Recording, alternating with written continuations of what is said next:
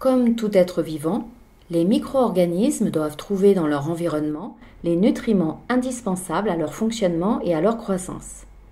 Connaître les besoins nutritionnels de chaque micro-organisme permettra de définir ses types trophiques afin de le cultiver dans des conditions optimales. Rappelons tout d'abord brièvement la structure d'une bactérie.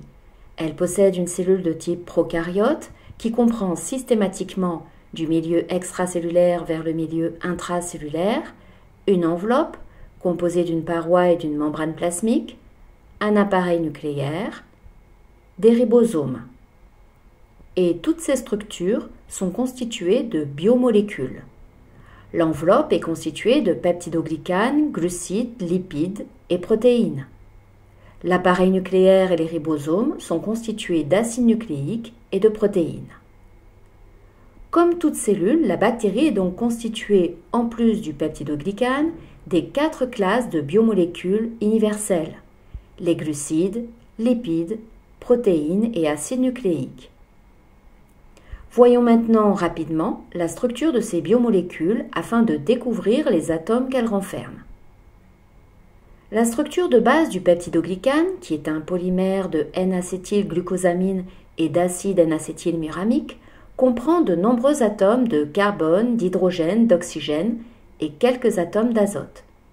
Les ponts peptidiques contiennent également ces 4 éléments. Les glucides, quant à eux, sont riches en atomes de carbone, hydrogène et oxygène. Les phospholipides, très riches en atomes de carbone et d'hydrogène, contiennent aussi des atomes d'oxygène, de phosphore et parfois des atomes d'azote.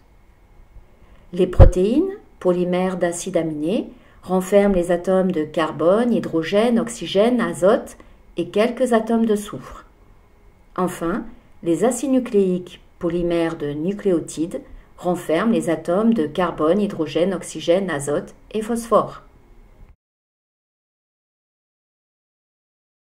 Si on récapitule, on constate que toutes ces molécules organiques sont composées de carbone, d'hydrogène et d'oxygène, éléments majoritaires en pourcentage.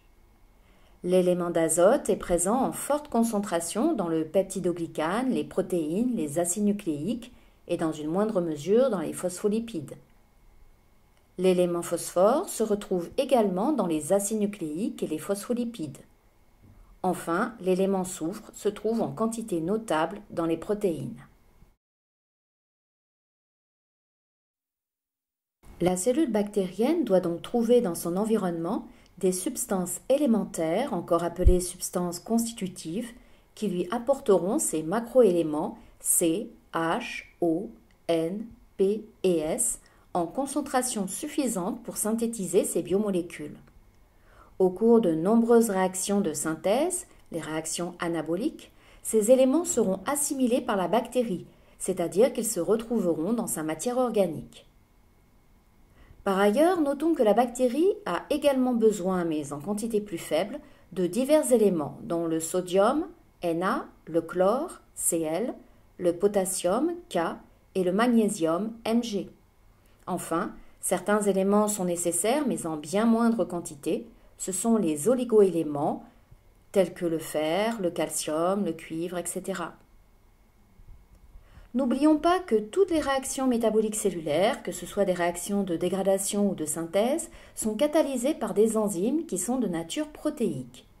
Ces macroéléments permettront donc également à la cellule de synthétiser toutes les enzymes à partir de ces gènes. Voyons maintenant quelles substances peuvent apporter à la bactérie les éléments C, H, O, N, P et S, et nous terminerons cette partie en parlant des éléments Na et Cl.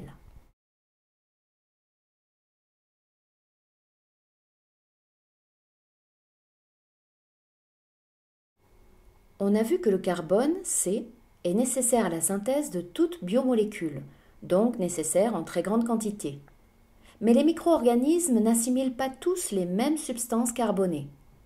Certaines espèces bactériennes peuvent utiliser un nombre très important de sources carbonées différentes. C'est le cas notamment de certains pseudomonas. A l'inverse, d'autres bactéries ne pourront utiliser qu'une molécule très spécifique comme source de carbone. C'est le cas de Diplococus glycinophilus qui ne peut utiliser que l'acide aminé glycine comme source de carbone. Selon la nature de la source de carbone utilisée, on range les micro-organismes dans deux types trophiques. Les micro-organismes dits autotrophes utilisent le carbone sous forme minérale, comme par exemple des gaz. Ainsi, le dioxyde de carbone peut être utilisé par les bactéries du genre Nitrosomonas présentes dans le sol et dans l'eau. Ils sont ainsi capables de fixer le CO2, c'est-à-dire de l'utiliser pour synthétiser leur matière organique. Le méthane est utilisé par des bactéries méthanotrophes comme celles du genre Methylococcus qui vivent dans les sols et les eaux. Elles sont particulièrement nombreuses dans les rizières, les tourbières, les marais où le méthane est produit en forte concentration par les bactéries méthanogènes à partir de la matière organique. Ces bactéries ont donc un intérêt environnemental puisqu'elles assimilent dioxyde de carbone et méthane, deux gaz à effet de serre. Les ions hydrogénocarbonates, HCO3-, peuvent être utilisés par des cyanobactéries marines du genre Synechococcus. Les micro-organismes hétérotrophes utilisent quant à eux le carbone sous forme organique. Les principales sources de carbone organique sont les glucides, utilisés par de très nombreuses bactéries hétérotrophes. Il y a tout d'abord les oses, avec comme chef de file le glucose. Presque toutes les bactéries hétérotrophes savent utiliser le glucose comme source de carbone. Cette catégorie comprend aussi le fructose, le ribose, le galactose, etc. Les diholosides, tels que le lactose, le saccharose, le maltose, peuvent être utilisés par certaines bactéries qui peuvent les absorber et les hydrolyser. Des polyholosides, comme l'amidon, le glycogène et la cellulose, sont des polymères de glucose que certaines bactéries peuvent utiliser. Elles sécrètent des exoenzymes pour hydrolyser ces macromolécules et pouvoir ensuite absorber leurs produits de dégradation. Les alcools, comme l'éthanol, le méthanol, ainsi que les polyols dérivés d'ose, comme le glycérol, le xylitol, sorbitol, mannitol, peuvent également être utilisés comme source de carbone. Par exemple, l'éthanol peut être utilisé par les bactéries du genre Acetobacter, comme l'espèce Acidobacter aceti, responsable de la transformation du vin en vinaigre. Les acides aminés, acides organiques et hydrocarbures peuvent aussi être utilisés dans certains cas.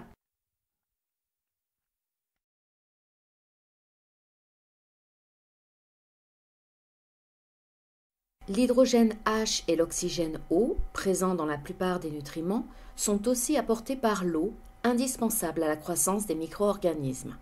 Notons que le cytoplasme bactérien contient environ 70% d'eau qui rend possible toutes les réactions de dégradation qualifiées d'hydrolyse. Dans les milieux de culture gélosés, l'agar constitue une réserve d'eau qui permet la croissance microbienne durant quelques jours. L'azote, N, est notamment nécessaire à la synthèse du peptidoglycane, des protéines qui représentent environ 10% du poids sec bactérien et des bases azotées entrant dans la composition des acides nucléiques en particulier. Dans les milieux de culture, l'azote est souvent apporté sous forme organique par les peptones. Les peptones résultent de l'hydrolyse de protéines d'origine variée. Ce sont donc des mélanges non définis de petits polypeptides et d'acides aminés libres. La bactérie pourra les dégrader pour se procurer l'azote, mais aussi incorporer directement les acides aminés dans sa matière protéique. Notons que les peptones sont aussi source de carbone et d'énergie quand le milieu est épuisé en source de carbone glucidique, cette dernière étant toujours dégradée en premier quand la bactérie possède les enzymes adéquates. Plusieurs catégories de peptones sont présentes dans les milieux de culture. Elles diffèrent tout d'abord selon les matières premières protéiques utilisées. Elles peuvent être d'origine animale, comme les protéines de la viande, laitière, comme la caséine ou le lactosérum du lait, ou encore d'origine végétale, comme les protéines du soja. Elles diffèrent aussi selon les enzymes utilisées pour l'hydrolyse de ces protéines. Les protéases peuvent être d'origine digestive, comme la pepsine, la trypsine, la pancréatine, ou d'origine végétale, comme la papaïne qui provient de la papaye.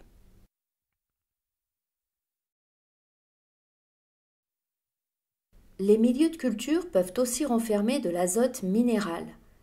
Les sels d'ammonium, comme le chlorure d'ammonium ou le sulfate d'ammonium, sont utilisables par de nombreuses espèces bactériennes. Les nitrates NO3- peuvent être utilisés comme source d'azote chez les bactéries possédant une nitrate réductase assimilatrice. Enfin, le diazote atmosphérique N2 est utilisé par les bactéries possédant une nitrogénase. C'est le cas des bactéries fixatrices d'azote. Par exemple, elles font partie des genres Rhizobium ou encore Azotobacter. En agriculture, on peut cultiver certaines légumineuses en symbiose avec ces bactéries qui fourniront à la plante l'ammonium assimilable. Ceci évite d'avoir recours à des engrais nitratés.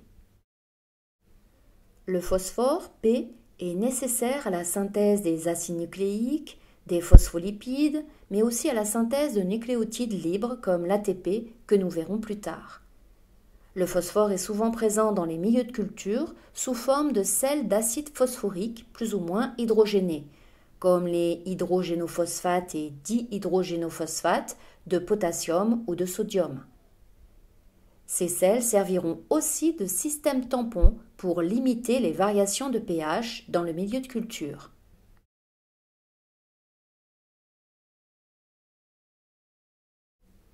Le soufre est nécessaire à la synthèse des acides aminés soufrés comme la cystéine ou la méthionine, mais aussi à la synthèse de coenzymes comme la biotine ou la thiamine. Dans les milieux de culture, il est principalement présent sous forme de composés soufrés organiques, comme justement les acides aminés cystéine ou méthionine.